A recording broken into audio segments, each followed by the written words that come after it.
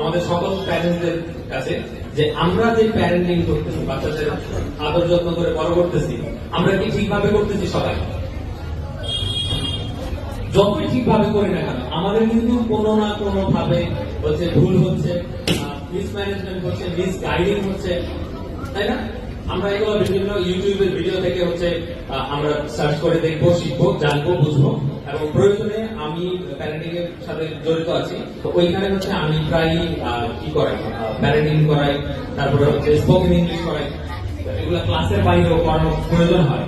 তো আপনারা দেখেন, চিন্তা করেন, আমাদের কোচিং এর সাথে আসেন, আর আমরা অবশ্যই চেষ্টা করবো মাসে অন্তত 2টা করে সেশন রাখবো, 2টা করে প্যারেন্টিং করতে সেশন রাখবো, যেন আমরা অভিভাবকরা বসে, আমি একজন অভিভাবক, আমার একটা ছেলে আছে, প্রয়োজনে তাকে সহ নিয়ে আমরা আমাদের বাচ্চাদের নিয়ে আসবো, আমরা আসবো, এসে একসাথে পজিটিভ প্যারেন্টিং নিয়ে কথা বলবো। প্রয়োজনে আমার ফ্রেন্ড আছে, তারা এসে মাসে অন্তত 2টা করে যেন আমরা সেশন করতে পারি।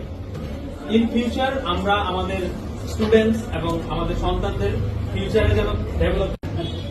বিজনেস কমিউনিকেশন হচ্ছে, ধরেন বাচ্চারা বড় হয়েছে, তারা একটা নতুন কর্মস্থলে গিয়েছে, সেখানে গিয়ে তাদের বস বলল, এই তাড়াতাড়ি আসো, একটা অ্যাপোলজি লেটার লিখো। ওমা, অ্যাপোলজি লেটার কি? অ্যাপোলজি লেটার হচ্ছে, ধরেন আমার কোম্পানি